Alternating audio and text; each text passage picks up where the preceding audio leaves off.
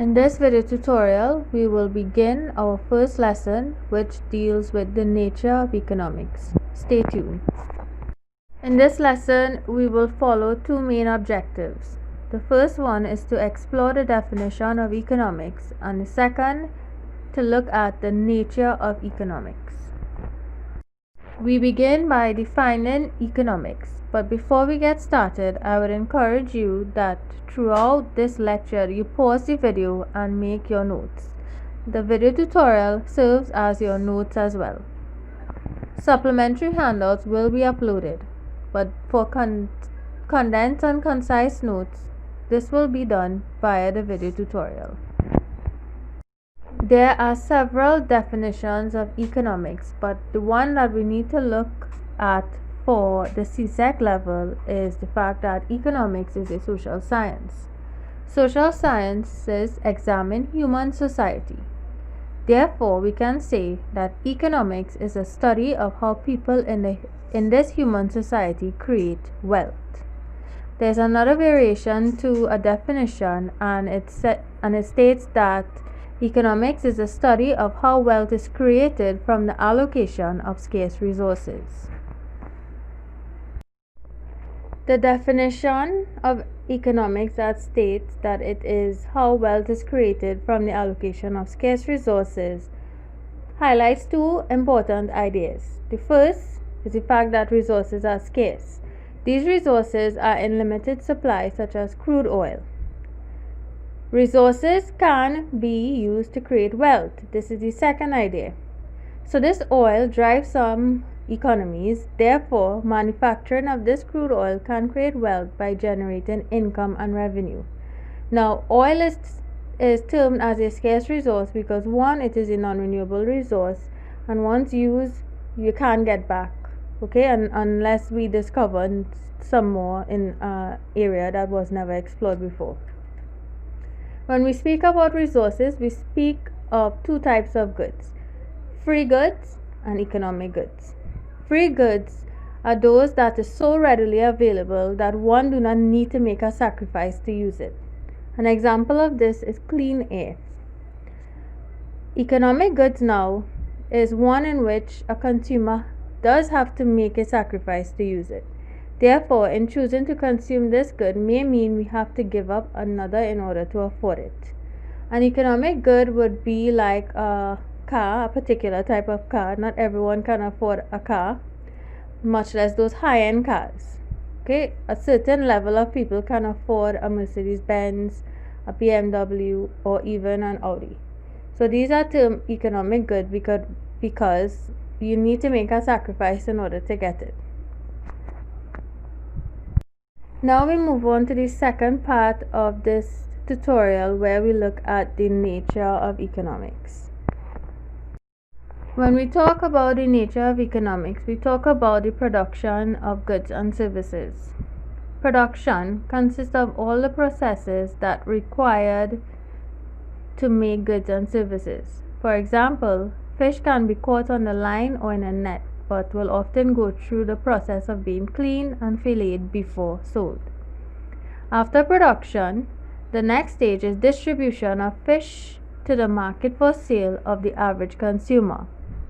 Production involves making the goods more valuable to the end customer. Not much times we would go and buy this huge fish off the market.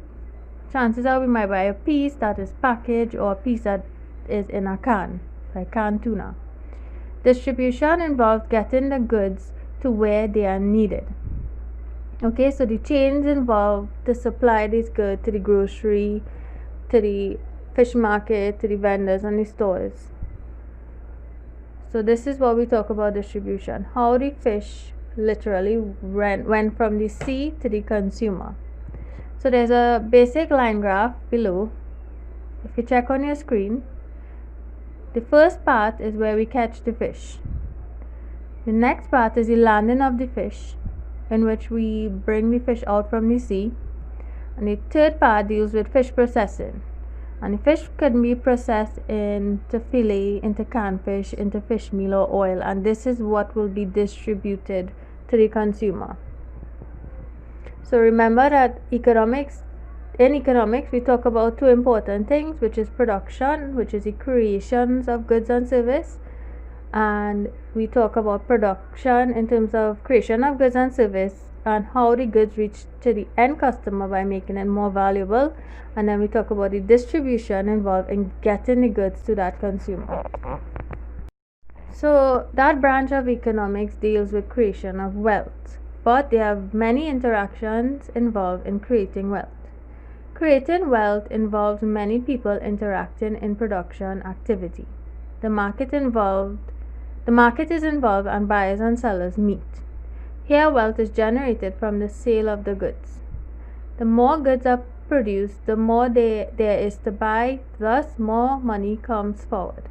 When production increases, spending also increases because goods are readily available for the consumer to consume.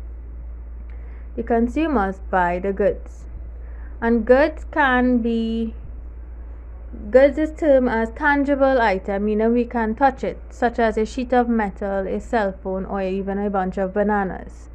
So goods are classified as tangible, whereas services are intangible, meaning we cannot touch it. And these are things that we need in order to get our daily lifestyle in order, such as banking services, sales services, etc.